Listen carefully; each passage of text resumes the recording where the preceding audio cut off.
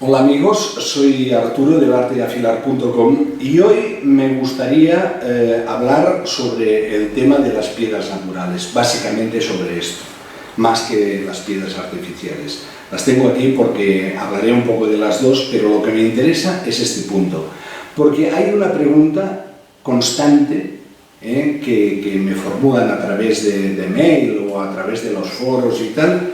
Hay una pregunta que es recurrente, que es constante. Arturo, ¿piedras naturales o piedras artificiales? Siempre estamos en lo mismo, siempre.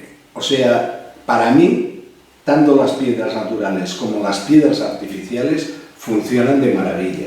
Son dos conceptos totalmente diferentes. O sea, todo sirve para afilar, todos son piedras de afilado, pero como funcionan unas y como funcionan las otras, nada que ver. Porque son dos mundos, o sea, la naturaleza creó estas piedras de una forma y el ser humano ha creado estas otras de otra forma, así de claro. Y todas funcionan muy bien, si se saben utilizar. Entonces yo lo que os quiero es pasar mi experiencia con respecto a las piedras naturales, que he efectuado pruebas de todo tipo, y con respecto a las artificiales. Vamos a hablar así por encima de las piedras artificiales. Para mí hay dos tipos de piedras, las de alta calidad y las que no lo son tanto. Unas son con base a magnesio o cerámica y tal, el aglomerante, y otras son con base a resinas. Las que son con base a resinas son más baratas de fabricar y en consecuencia son piedras más baratas. Las más buenas, la base es magnesio.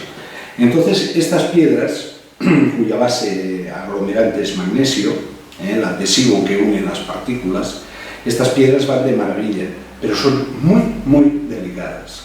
O sea, las piedras artificiales todas, por norma, una vez utilizadas, habría que lavarlas bajo el chorro de agua, nunca con detergente, jamás, el detergente no les va bien, hay que lavarlas bajo el chorro de agua, y limpiarlas, o sea, secarlas bien secas y después dejarlas en el canto de una pared. Si esto es la pared, las dejáis así, apoyadas así, para que evaporen bien el agua. Porque el problema que tienen estas piedras es que hay tensiones superficiales muy fuertes cuando se produce el secado.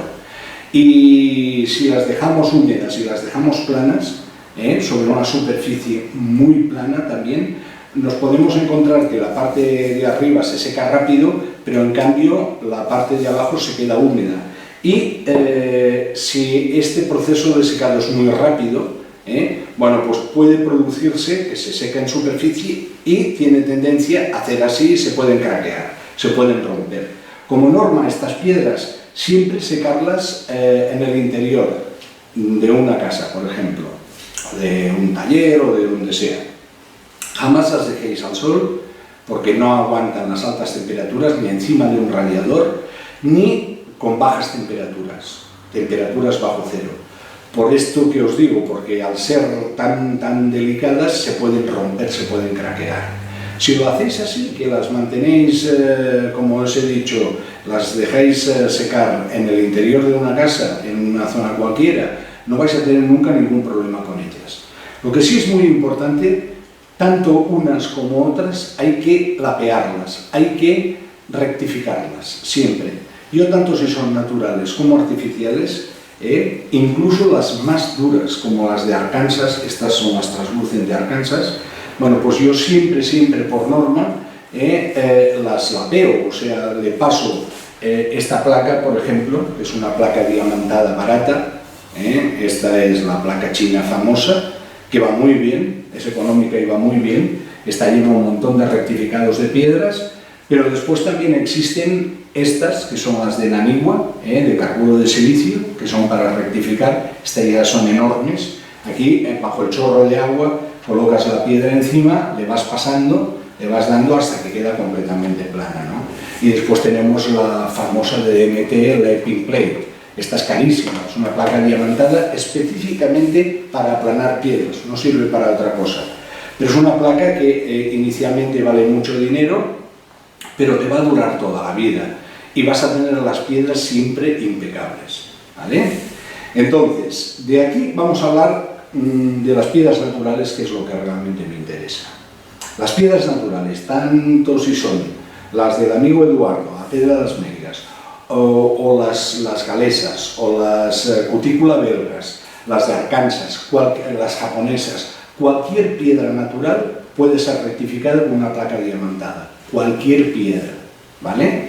Entonces, ¿qué problema hay con estas piedras, con las piedras naturales?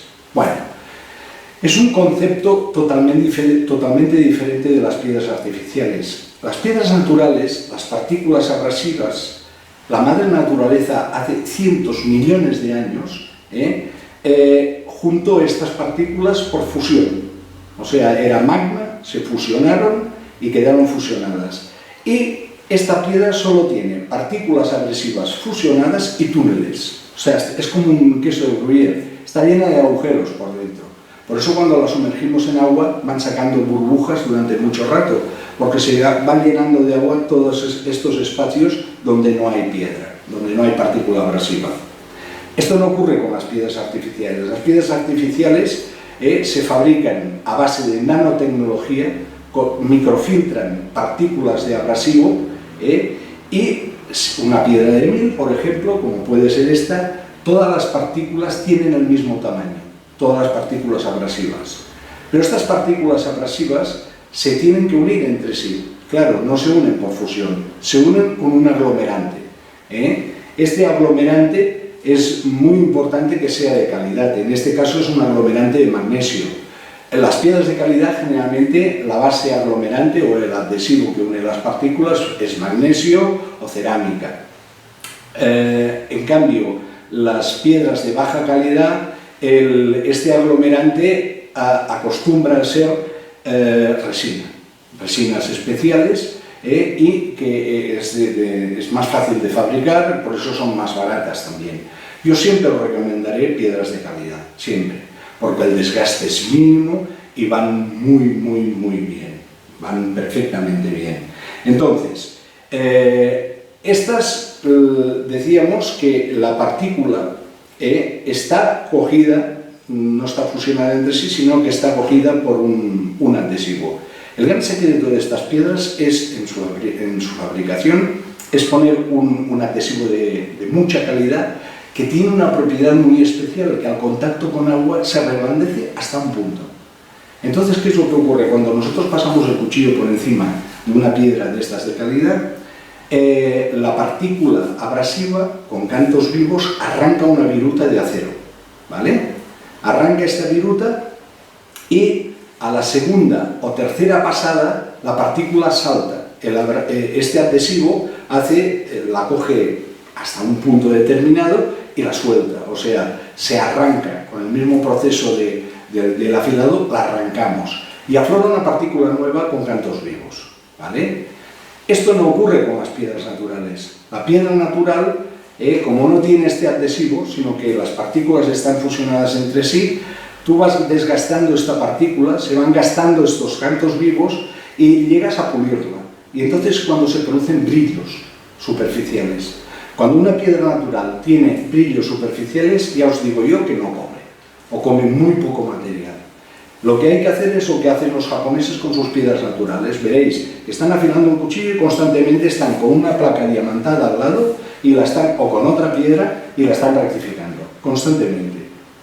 La están rectificando porque están sacando estos brillos, están limpiando las partículas de metal que hay incrustadas encima de la piedra y encima la están planeando para conseguir unos filos perfectos. O sea, ellos las mantienen, tienen mucha manía con el planeado. Pero es por estos tres motivos. Entonces nosotros, si queremos que las piedras naturales nos funcionen bien, tenemos que hacerlo también de la misma forma que lo hacen los japoneses. Tú estás afilando un cuchillo, a la que ves que hay algún brillo, aquello que secas un poco la piedra y existe algún brillo, o sin que lo veas, es igual. Como precaución, estás afilando un cuchillo, o lo acabas de afilar o a medio afilar coges la plaquita de diamante, se la pasas por encima, le quitas los brillos, recuperas otra vez el abrasivo que hay debajo, estás arrancando o estás haciendo surcos encima de la piedra esta que está desgastada, de la partícula desgastada, y esta partícula vuelve a comer.